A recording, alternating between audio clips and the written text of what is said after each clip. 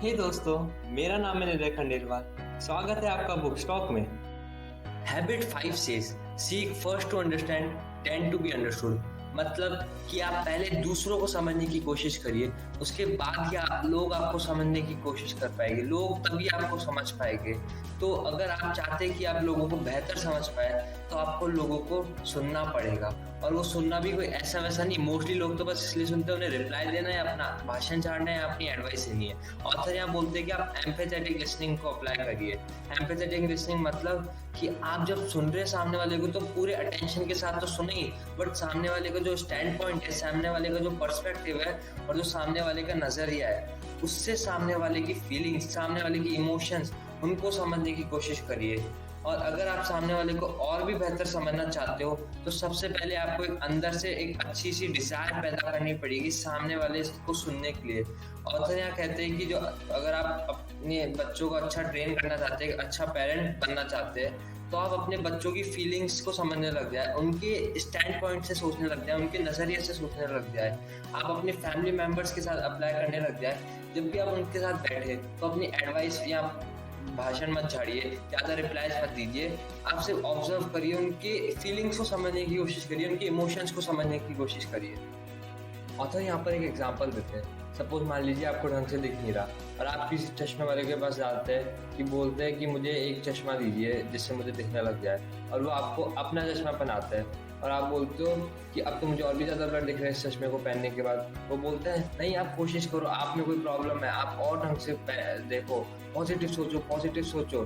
तो क्या आपको सही में लगता है बार बार ऐसे चश्मे वाले के पास जाओगे? तो कहीं ऐसा ही हम लोगों के साथ नहीं हो रहा कि हम लोग दूसरों के नज़रिए से नहीं सोच रहे बार बार। हैबिट नंबर 6 है सिनर्जी।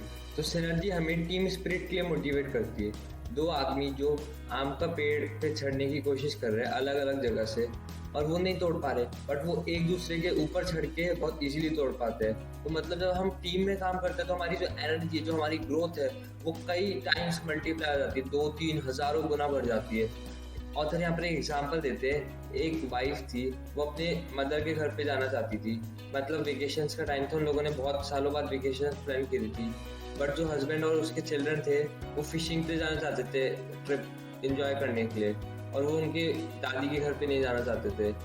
तो लेकिन उनकी वाइफ की बहुत ज़्यादा इच्छा थी कि वो अपनी मदर के घर पर जाए, क्योंकि उनकी मदर कुछ ही टाइम में मर सकती है। उनकी तबीयत भी ऐसे ठीक ठाक थी, बट तो इन दोनों के बीच में ऑथर एग्जांपल देता है, अगर वो दोनों चाहे तो लड़ाई भी कर सकते हैं। बट उन लोगों ने क्या किया, जो हस्बैंड थे और वाइफ थी, उन दोनों ने एक दूसरे के पर्सपेक्टिव से सोचा, एक दूसरे के नज़रिए से सोचा। वाइफ ने देखा कि हस्बैंड और बच्चे इंजॉय करना चाहते हैं, फैमिली का टाइम याद रखना चाहते हैं, और हस्बैंड ने वाइफ के पर्सपेक्टिव से सोचा कि वाइफ के लिए, उनकी मदर के लिए अभी जाना ज़रूरी है, क्योंकि कुछ टाइम बाद क्या पता वो मर जाए। तो उन दोनों ने एक थर्ड ऑल्टरनेटिव निकाला जिसमें दोनों का फ़ायदा हो रहा था, दोनों की विन विन सिचुएशन क्रिएट हो गई थी। तो ऐसा हम सब भी कर सकते हैं कि हम दूसरे के ओपिनियन से सोचने लग जाए, इससे हमारा जो टीम स्पिरिट है ना, वो बढ़ेगा। हैबिट नंबर 7 से शार्पन द सॉ।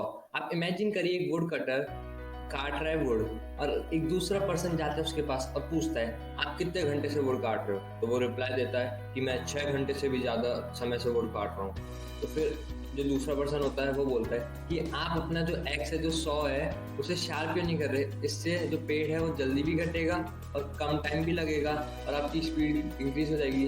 तो वो वुड कटर रिप्लाई देता है मेरे पास इन चीज़ों के लिए टाइम नहीं है। तो कहीं ऐसा ही तो हम लोगों के साथ नहीं हो रहा? हम रीडिंग की वजह बात आती है तो 15 मिनट भी रीड नहीं करते, 20 मिनट भी एक्सरसाइज नहीं करते, खुद में इन्वेस्ट बिल्कुल भी नहीं करते।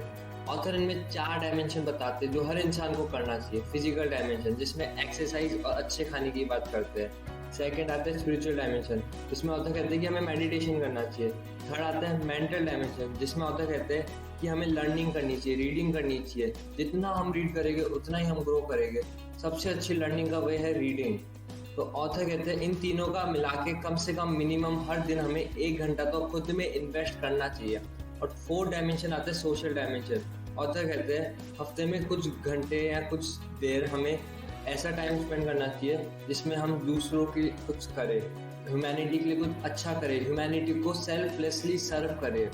तो ऑथर कहते हैं कि इन चारों में बैलेंस बहुत ज़रूरी है। अगर आप ये चारों चीज़ें करते हैं तो आप अपनी लाइफ में ज़रूर से ग्रो होंगे। दोस्तों आज मैंने आपको 7 habits of highly effective people by Stephen Covey की हैबिट 5, 6 एंड 7 बताया। आप पहले की हैबिट्स डिस्क्रिप्शन में जाके देख सकते हैं। Hope it helped you.